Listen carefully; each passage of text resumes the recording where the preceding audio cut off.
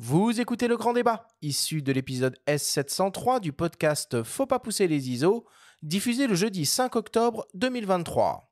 Cette émission vous est présentée par Canon et sa gamme EOS R, des hybrides aux performances inédites pour une créativité sans limite.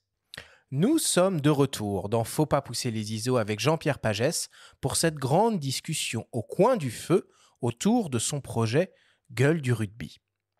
Alors au travers de Gueule du rugby, tu retraces l'histoire du rugby français. De véritables légendes de ce sport côtoient d'autres personnes moins médiatisées, à l'image d'une équipe de rugby où certains joueurs prennent plus la lumière que d'autres. Nous avons demandé à l'un d'entre eux de nous donner son point de vue sur ton projet, Dimitri Yachvili, ancien demi de mêlée du 15 de France et commentateur des matchs de l'équipe de France du tournoi des 6 nations et de la Coupe du monde de rugby sur France Télévisions. Il nous livre son regard sur ces gueules du rugby que tu as photographiées et filmées. Son œuvre des gueules de rugby, ça montre exactement le fait que ce soit un portrait comme ça, ce gros plan sur le visage. On ressent vraiment le poids de l'histoire de chacun, tous les traits, les cicatrices, le vécu, l'expérience. On ressent tout en fait, sans connaître les gens.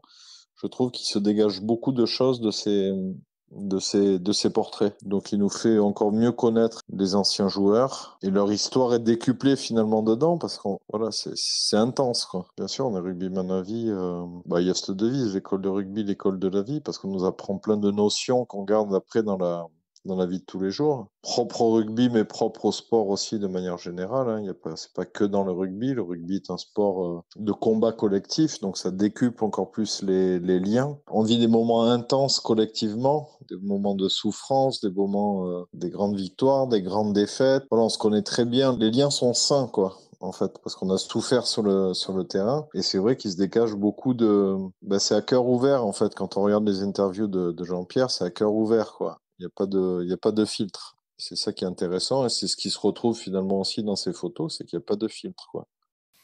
Jean-Pierre, est-ce que tu peux nous raconter finalement comment est né ce projet Gueule du rugby et en quoi il consiste ? Alors comme tu l'as dit au début, j'ai toujours été fan de rugby, un enfant de Toulon, enfant de Mayol. Mon père m'a amené à Mayol, même si lui, c'était pas son équipe.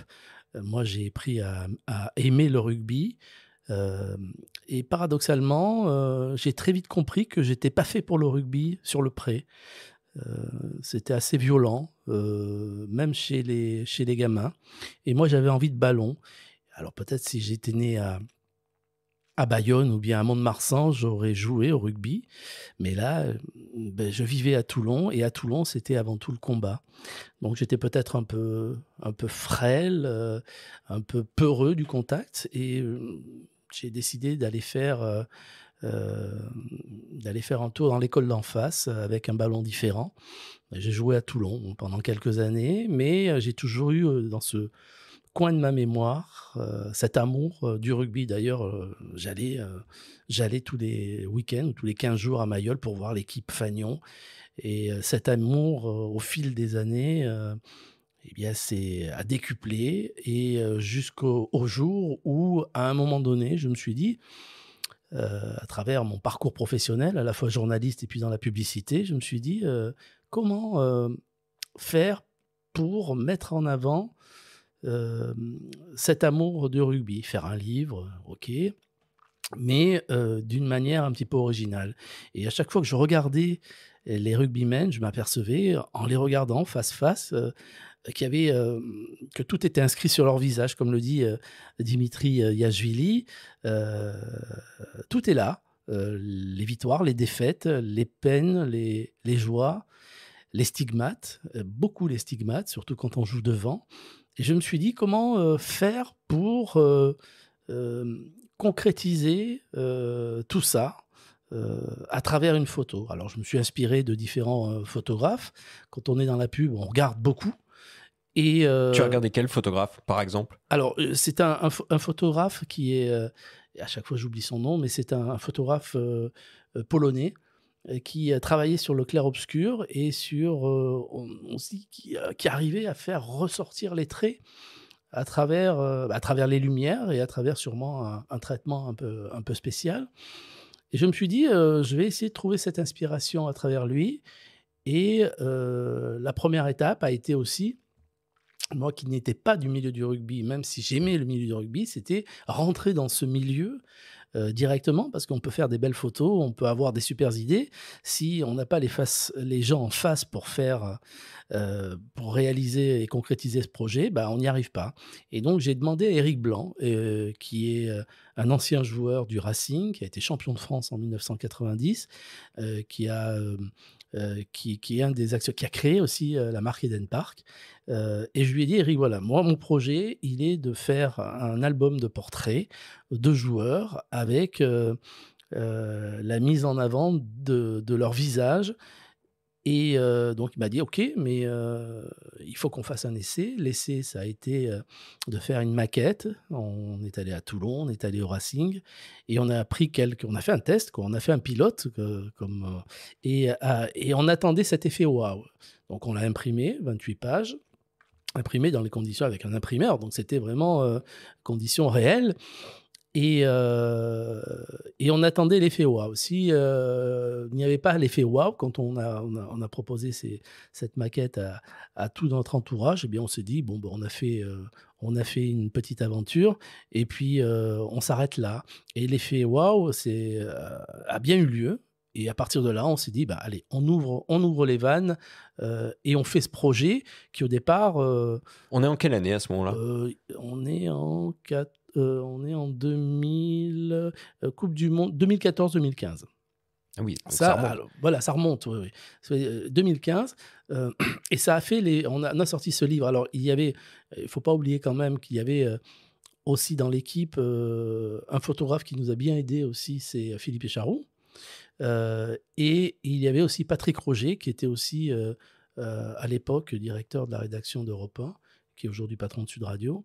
Donc voilà, il y avait une équipe de 4 personnes qui se complétaient bien, et on a lancé le projet, qui s'est concrétisé par une vente à hauteur de 15 000 exemplaires pour un grand livre. C'est énorme. Oui, c'est beaucoup. C'est un livre de photos, donc il faisait 400 pages à peu près. Donc mais que de photos. Mais là, tu parles d'un livre, il y en a 4 oui. Au total. Donc, c'est pas un album, c'est plein d'albums. Alors, ça, c'est l'historique. C'est le fait, c'est parti de cette idée. Ensuite, il y a eu, je dirais, un flou artistique. On s'est dit, on voulait faire en one-shot. On s'est dit, voilà, on a réalisé notre rêve. C'est fait. Maintenant, on passe à autre chose. Et ça nous a un petit peu dépassé quand même, une grosse communauté au niveau des réseaux sociaux, cette légitimité immédiate de la part des présidents, des joueurs, des supporters, qui me disaient tous les jours, c'est quand le prochain, qu'est-ce que vous faites? Et je me disais, moi, faire un nouveau livre de portraits pour faire des portraits, il n'y a aucun intérêt. Entre-temps, il y a eu l'obtention de la Coupe du Monde pour la France. Et là, je me suis remis à rêver en disant, il faut que je trouve une nouvelle idée. Ça, c'était en novembre 2017. On a appris que la ça. France allait organiser la Coupe du Monde de rugby. Donc, ça laisse le temps de maturer un projet. Bien sûr. Donc, et là, je me suis dit, j'ai travaillé pendant 1 an sur différents... Et puis, j'ai rencontré le directeur de la Coupe du Monde. Je lui ai présenté le projet en disant, voilà, le but, il est de mettre en avant 2023 joueurs pour 2023, avec des portraits qui est notre ADN, bien sûr, mais en rajoutant ce QR code qui était ce levier qui amenait sur les interviews vidéo des joueurs. Mais encore avant tout, faire une interview de joueurs uniquement côté sportif m'intéressait pas, pour dire, ah ben, tu te rappelles la finale 74 entre Narbonne et Béziers, ah oui, les Bitterbois ont gagné, mais ils n'auraient pas dû gagner, etc. Ok, ça c'est un petit élément. Ah si, c'est quand même un document d'histoire. Alors oui, bon, ça c'est bien sûr, c'est le fil rouge. Mais autour de ça, et on s'aperçoit qu'au fil des années, ça débordait complètement. On parlait un petit peu du ballon, mais on l'oubliait rapidement pour parler des hommes. Et parler à travers évidemment des marqueurs de l'histoire, finale, Coupe du Monde, etc. Mais on parlait à chaque fois individuellement des hommes et d'un collectif. Et c'est ça que j'ai voulu à chaque fois faire ressortir, ces émotions à fleur de peau qu'ont les rugbymen, que les autres n'ont pas. Je suis désolé de le dire, c'est que dans le rugby, et pourquoi ? Parce qu'il y a un combat véritable, on va au-delà du mal, à la fois psychologique, mais surtout physique. Et on a besoin de l'autre. Sans l'autre, on n'est rien du tout sur un terrain de rugby. Et c'est pour ça que tu as choisi délibérément de ne pas photographier des joueurs qui sont en activité ? Alors ça, c'est la ligne éditoriale de ce projet-là. On s'est dit, qu'est-ce qu'on fait ? On rencontre qui ? On s'est dit, la cible, c'était des grands aînés jusqu'aux futurs néo-retraités. Il fallait que chaque joueur ait une histoire derrière lui et non pas devant, pour optimiser encore une fois son récit. Un Dupont ne nous intéresse pas, en fait, dans ce projet-là. Comme tu y vas.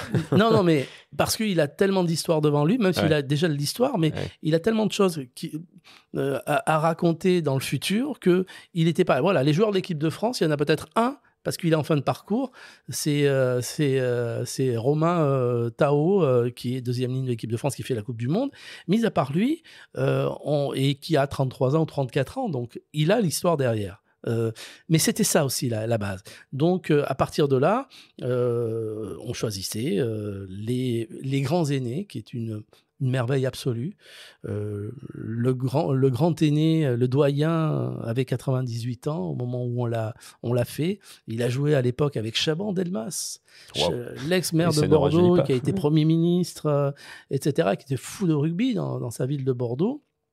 Et encore une fois, des mecs qui sont encore en activité, mais qui vont arrêter dans un an ou deux, quoi. Oui, là, tu parles de chiffres, donc 98 ans, c'est incroyable. Il y a d'autres chiffres assez ahurissants, puisque tu parlais de 2023 portraits.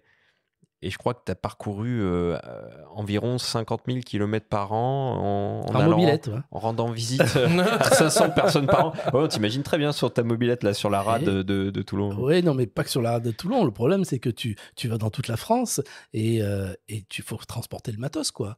Alors maintenant, aujourd'hui, les progrès font qu'on peut avoir un studio mobile dans un coffre de voiture, mais la contrainte, elle est quand même les lumières, le matériel, les perches, etc., les boîtiers. Et donc, on peut pas faire du train, quoi, même si on adore la SNCF. Bon, alors du coup, là, on a 4 tomes. Est-ce que tu peux nous décrire ce qu'on peut retrouver à l'intérieur de ces 4 ouvrages ? Alors, les portraits, évidemment, mais pas que. Alors, 4 tomes. On a commencé donc le cycle, puisque aujourd'hui, Gueule du rugby, c'est des cycles de 4 ans. On va partir sur un autre cycle, on en parlera peut-être tout à l'heure, un peu plus mondial. 4 tomes, un tome chaque année, 2020, 2021, 2022, et là le tome 4, 2023, qui clôture le cycle. On retrouve toujours la même chose, en fait, hein, c'est-à-dire pour faire 2023 joueurs, on ne peut pas les regrouper sur un livre, parce que ça ferait... c'est impossible. Donc on s'est dit, on va en faire en gros 500 par an, ce qui fait à peu près 2023 joueurs, on divise par 4. Et donc ça donnait aussi de la vie à cette aventure. On allait rythmer chaque année. Et puis économiquement, c'est bien aussi d'avoir 4 tomes, parce qu'il y a beaucoup de fans, il y a beaucoup de gens qui nous regardent sur les réseaux, et ça nous permet de faire vivre cette histoire. En revanche, les joueurs, ce sont des joueurs, il y a toujours le portrait, il y a toujours la vidéo, mais ce sont des joueurs différents. On aurait pu en faire encore un ou deux de tomes, mais bon, voilà, 2023, c'est pas mal. Oui, puis là, on parle des livres, donc des 4 tomes, avec les photos, les QR codes pour accéder aux vidéos. Mais Gueule du rugby, en fait, c'est une marque plus globalement. Donc, ça devient une marque, en fait. Ouais. Sans l'avoir voulu, il y a des sociétés qui mettent des millions pour crédibiliser une marque. Au fil des années, nous, on est devenu marque, dès la première année, puis, dès le lancement du livre historique. on a été légitime à tous les niveaux. Et aujourd'hui, c'est vrai que Gueule du Rugby, c'est une marque.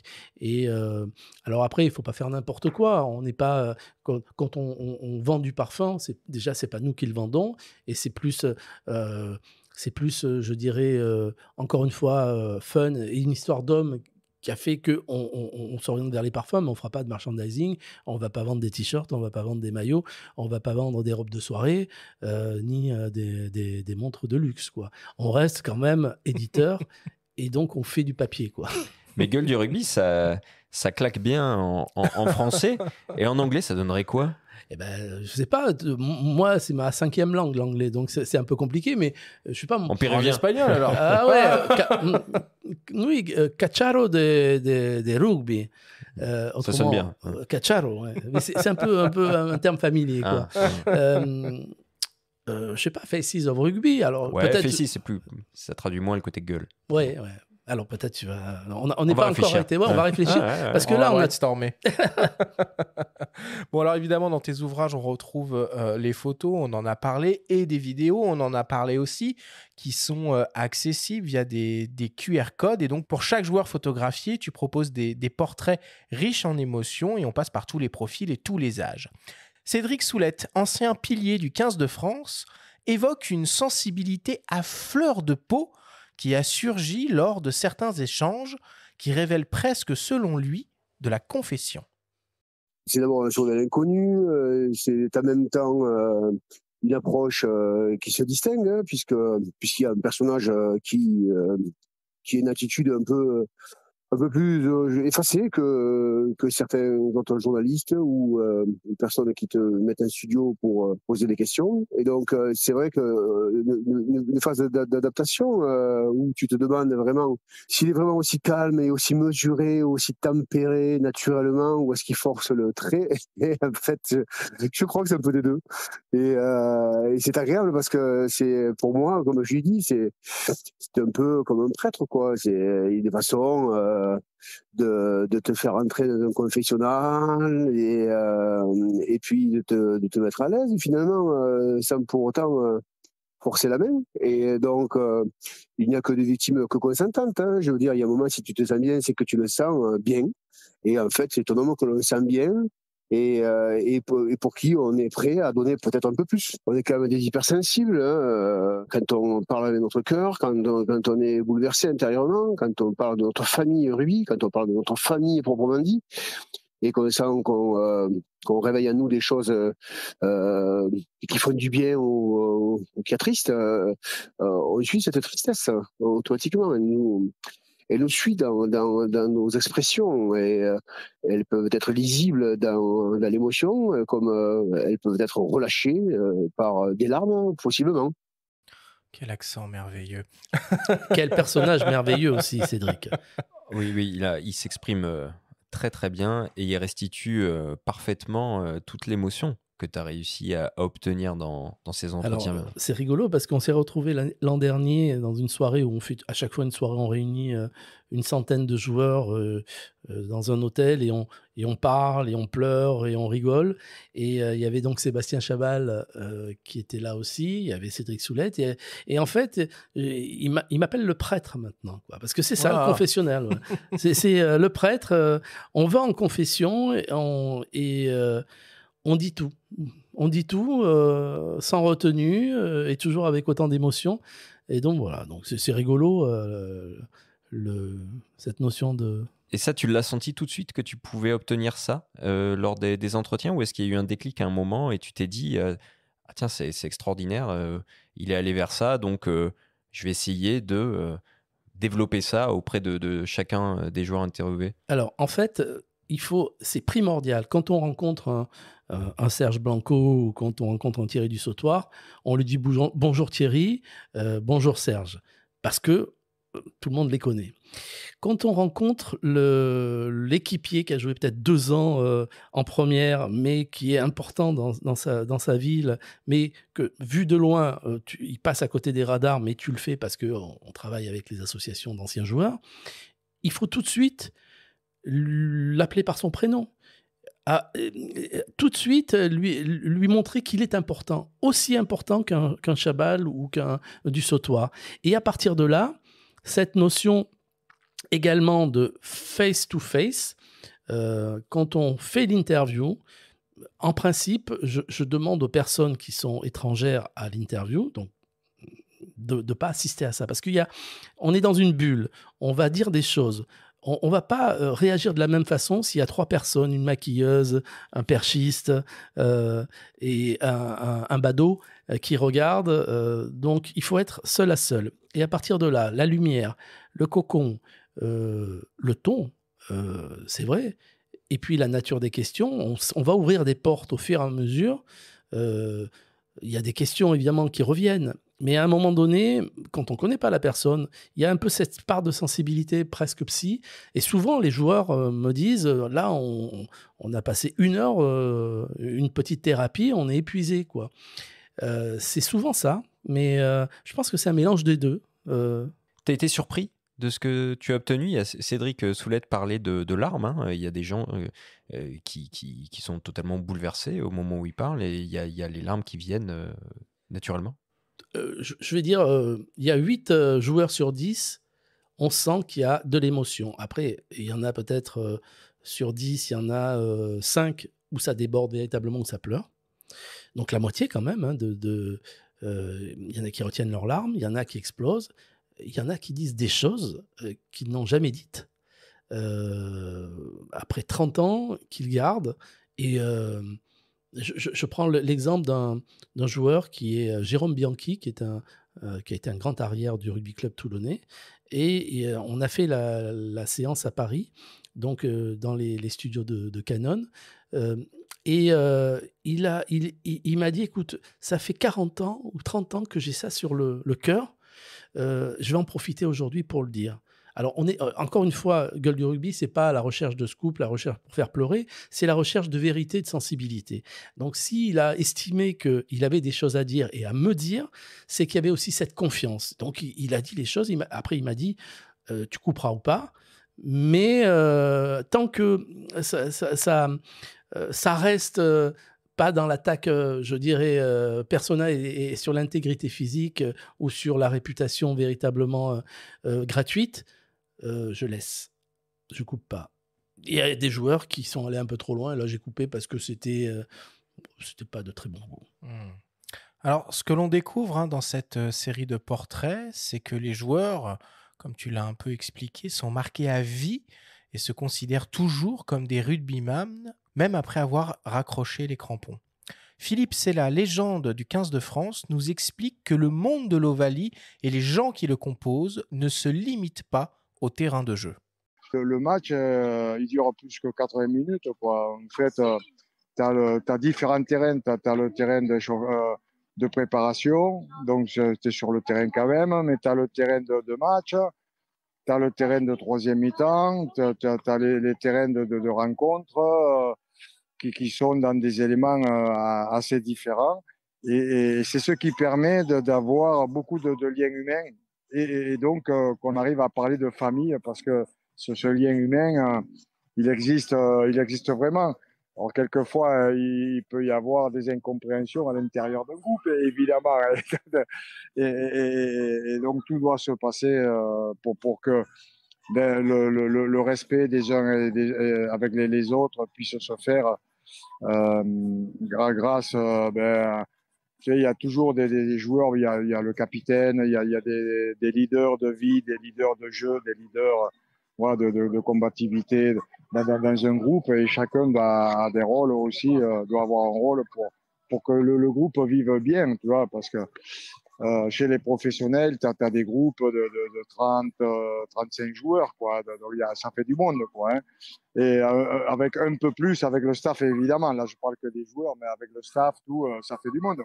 Il y a le côté, donc, dans les séances, être sérieux sans se prendre au sérieux, c'est un peu ce qui a été fait. Et puis, il y a de la convivialité aussi. Là. Beaucoup de convivialité avec Jean-Pierre, avec toute l'équipe. Là. Voilà. Donc, les gueules de rugby, il y a des documents qui sortent derrière, les photos.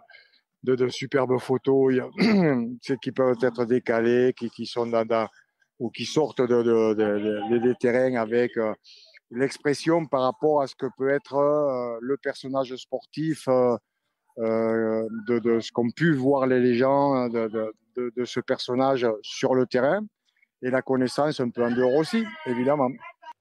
Bon, Jean-Pierre, Philippe Sella, c'est pas n'importe qui. Ah bah Est-ce non. que tu pourrais nous dresser un petit portrait sonore du bonhomme pour les auditeurs qui ne le connaîtraient pas? Philippe Sella, c'est avant tout une légende absolue du rugby français. Tout à l'heure, je parlais de Serge Blanco, ou on parlait de Jean-Pierre Rive ou Thierry Dussault-Soir. Je pense que Philippe Sella, il est au même niveau sur le plan national, bien sûr, mais aussi sur le plan international.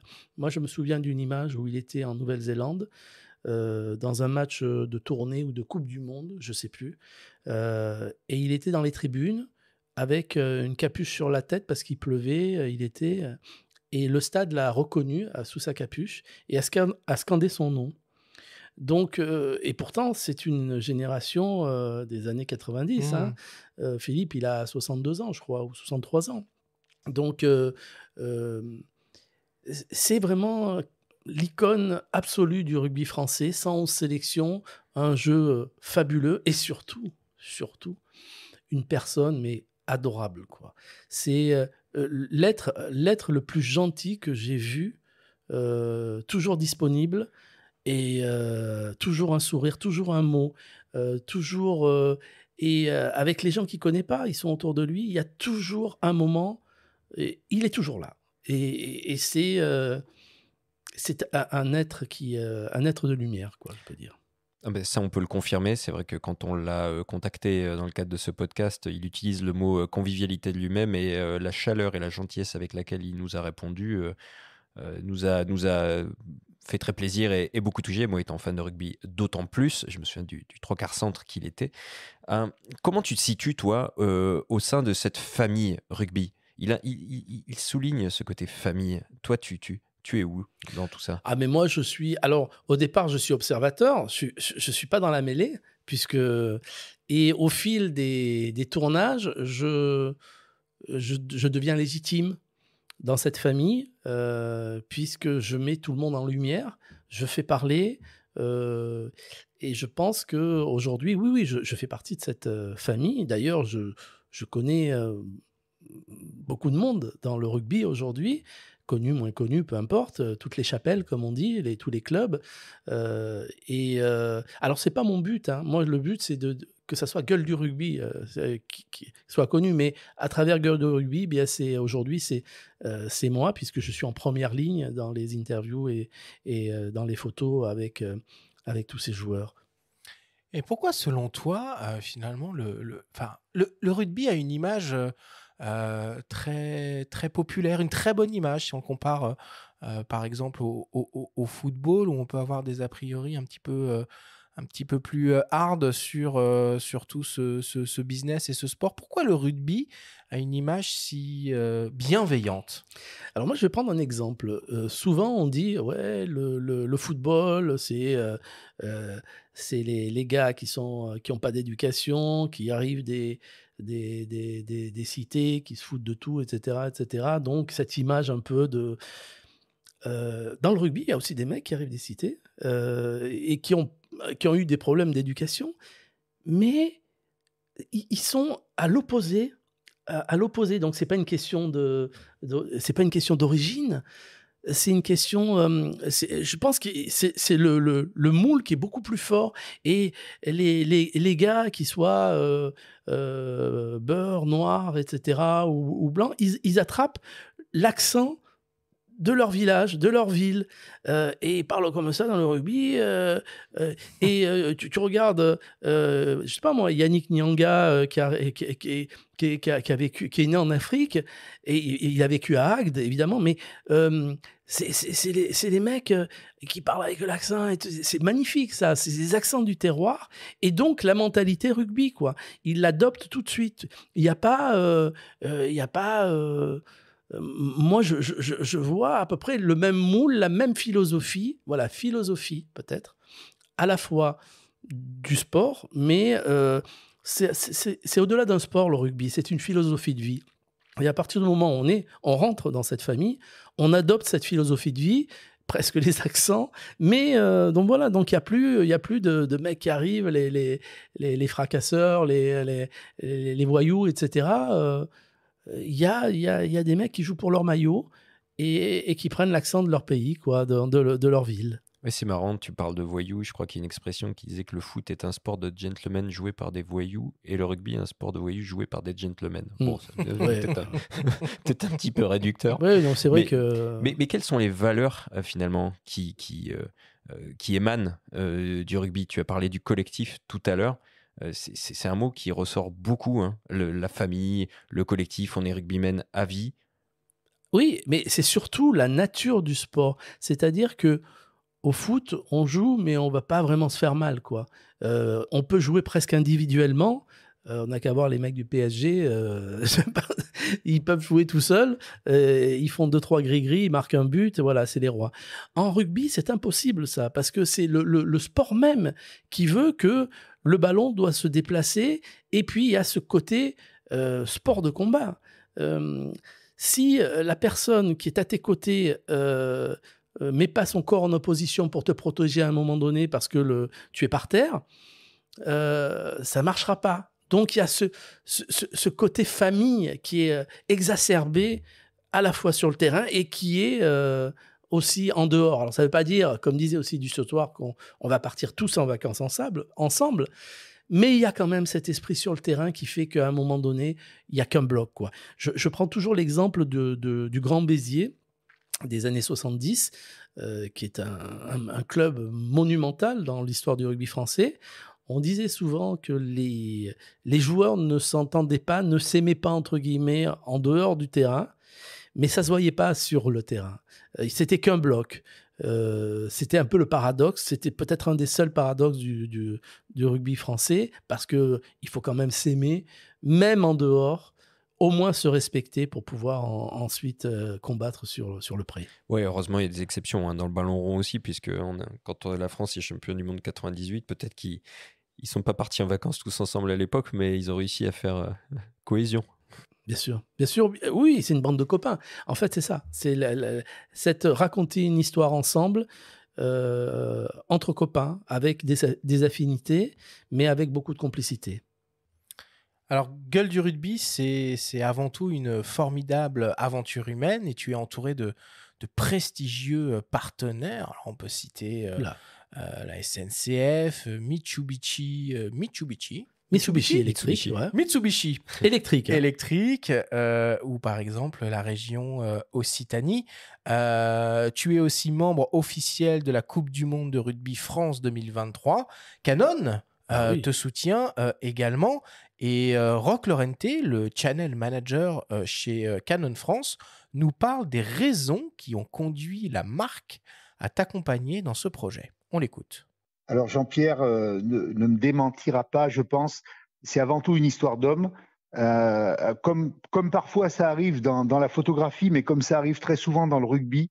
Donc il y a eu une espèce de coup de foudre, je dirais, amical entre Jean-Pierre, Patrick Chapuis et moi-même, qui a amené ce partenariat, qui avait beaucoup de sens pour Canon parce que dans la Coupe du Monde de rugby et le partenariat de Canon avec la Coupe du Monde de rugby, Gueule de rugby incarnait parfaitement l'aspect photo et l'aspect vidéo et pouvait donner du corps, j'allais dire, à notre présence dans la Coupe du Monde de rugby. On a, avec Jean-Pierre, je dirais, cherché des pistes qui pouvaient à la fois servir quelque part Gueule du rugby et Canon, et tout ça s'est fait d'une façon extrêmement naturelle. On est parti sur des shootings qui ont eu lieu chez Canon. On a mis à disposition nos locaux pour Jean-Pierre, qui a poursuivi son travail personnel chez Canon. Ça a été extrêmement intéressant. Et puis ensuite, on a développé des shootings Gueule du rugby chez des distributeurs photos. C'est en cours actuellement. Le dernier aura lieu à Nice le 13 octobre. Et là, c'est l'occasion d'offrir à des clients un portrait gueule du rugby. Tout ça s'est fait d'une façon extrêmement naturelle, amicale, dans une bonne ambiance. Alors, Jean-Pierre utilisait au départ un Néocer avec un 100 macro, qui est une optique qui peut parfaitement être dédiée effectivement au portrait. Et puis, on a ensemble upgradé son matériel pour aller vers un EOS R5 et un 85 mm 1.2 qui optimise vraiment la qualité de ses portraits. Et il a là un combo qui est tout à fait parfait pour la photo et bien sûr pour la vidéo. Alors Jean-Pierre, hein, c'est toi évidemment qui fais tous les portraits de gueule du rugby. Pourtant, tu te considères pas comme un photographe. Quoi pour donc ? Parce que je ne suis pas un photographe professionnel. Je dis ça. Ça ne veut pas dire grand-chose.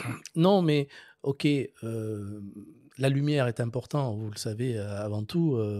Si tu as une lumière qui est pourrie, tu peux être le meilleur photographe du monde, ou alors c'est que les gens comprennent pas grand-chose et sont omnibulés par la personnalité du photographe en disant c'est super, alors que bon, non. En fait, ce projet, il est tellement transversal que la photographie, je consacre une petite partie à la photographie sur les portraits par rapport à toute l'activité de gueule du rugby. On parle de métier d'intervieweur, vous savez ce que c'est. Le journalisme, la vidéo, mais il y a aussi l'organisation, il y a le service après-vente, il y a les partenariats, il y a... Alors, on est une petite équipe, mais ce que je veux dire, demain, vous êtes...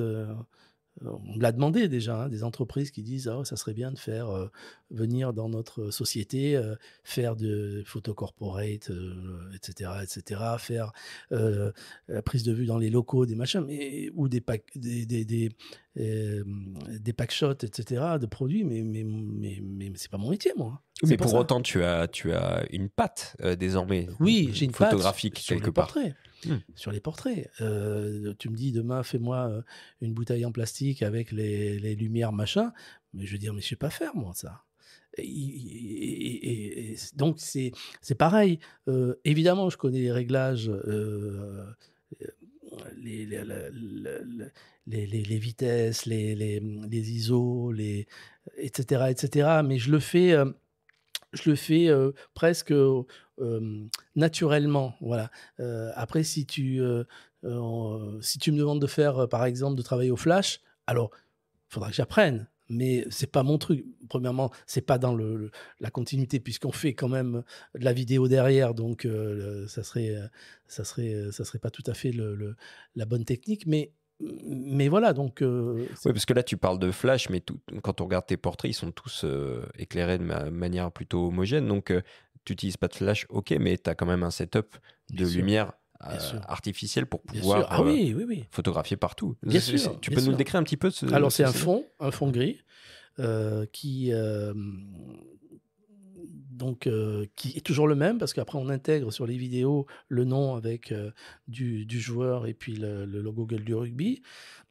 Donc à partir de là, il y a une grande lumière sur le côté, une rétro derrière, une petite lumière, et puis c'est tout. Et puis à la sensibilité, au feeling, j'ouvre. Alors parfois je travaille en 1-2. Ouais, c'est piégeux ça. Hein. C'est piégeux, mais... Tu fais confiance à l'AF, détection des yeux du R5, ça fonctionne ça? C'est magnifique. 1-2 ça. Ouais, c'est une révolution ça. Ça, c'est une révolution. Je m'aperçois que sur le plan technique, évidemment, faut pas vraiment bouger quand on travaille à ces niveaux-là. Mais quand... donc, leur dit, ne bougez pas à 3, stop, on arrête, on fait pas de la rafale, on fait pas du machin, etc. Donc, le but, c'est de faire une prise. Évidemment, on fait différentes attitudes. Quand on voit les attitudes de Philippe Sella, ça, il a toujours été très dur à croquer, Philippe Sella, parce qu'il n'est pas très photogénique au départ. Et là, il a laissé pousser sa barbe, il s'est laissé un peu pousser les cheveux. Et puis là, sur cette dernière séance où là, j'ai dit, tiens, Philippe, il faudrait qu'on refasse les photos parce qu'il y a la réédition du tome 1 de la collection 2023 joueurs. Et il s'est prêté, il a lâché les vannes et ça a donné des portraits fabuleux. Et puis, ils sont exposés aussi chez Canon parce que Philippe Sellet est l'ambassadeur justement de Canon. Et Roch disait que tu travaillais avec un 85 mm 1.2. Qu'est-ce qui te plaît dans cette focale pour le portrait? Parce que finalement, tu n'es pas hyper proche de tes sujets avec un objectif comme ça. Oh, bah si, quand même. Si, je suis proche, oui. Je suis à 2 mètres, quoi. Non. C'est la Rolls absolue pour un portraitiste. Il y a le 50-1.2 aussi, c'est pour ça. Il y a souvent le choix du portrait libre, 50-1.2 ou 85. Ouais. Et moi, je travaille avec, comme disait Roch, un 100 macro qui donnait satisfaction, mais enfin, c'est le jour et la nuit, quoi. C'est le jour et la nuit dans la qualité, quand tu travailles en 1-2, tu t'aperçois qu'il y a ce flou qui est presque artistique et cinéma, quoi, que tu retrouves pas quand que tu fais sur Lightroom ou Photoshop, tu vois. Là c'est... Ouais, tout est bien, quoi. Alors après, il faut pas bouger, mais tu fais 20 photos, tu fais 4-5 poses, voilà, t'as ta photo, quoi. Faut pas non plus... Mais ça, c'est pour la photo, mais pour la vidéo, tu utilises aussi le 85, oui, bien sûr. du coup. Bien sûr. Et mais là, c'est nickel. Ouais, c'est nickel. Oh, c'est fabuleux. Et c'était quoi ton petit setup vidéo? Alors, bon, je rajoute parfois une lumière sur le côté, pour éviter peut-être le clair-obscur total. Donc, je rajoute une petite lumière pour déboucher un peu l'ombre sur le côté, mais bon, après, rien de fondamental, quoi. Et la post-prod, du coup, c'est toi qui fais tout ou tu fais faire? Non, je fais tout. Je fais tout, mon capitaine. C'est chaud, ouais, c'est chaud. Alors, tu fais 23 non. Sur ta mobilette entre deux destinations. C'est colossal. Oui, c'est colossal. C'est colossal parce que les tournages ont lieu, donc la production, en principe, de 1er février au 30 septembre. Donc là, tu es sur la route, tu fais du kilomètre avec ta mobilette. Tu construis le livre à partir du 29 septembre. Donc tu fabriques le livre, la mise en page, les machins, traitement des photos, même si entre deux tournages tu fais les traitements des photos, comme ça t'avance. Mais compliqué de faire les traitements des vidéos. Et à partir de là, une fois que le livre est construit, que les QR codes sont liés avec, etc., tu as 2 mois pour faire les vidéos que tu remplaces par, évidemment. Mais il y a très peu de rush, ça c'est important de le dire, parce que tout est dit quasiment en continu dans l'interview vidéo. On sait où on va, etc. Alors évidemment, il y a des fois, on coupe, parce que les mecs se trompent, mais je pense qu'un silence a plus d'importance parfois qu'un mot. Et ça, j'y tiens beaucoup, au silence, aux hésitations.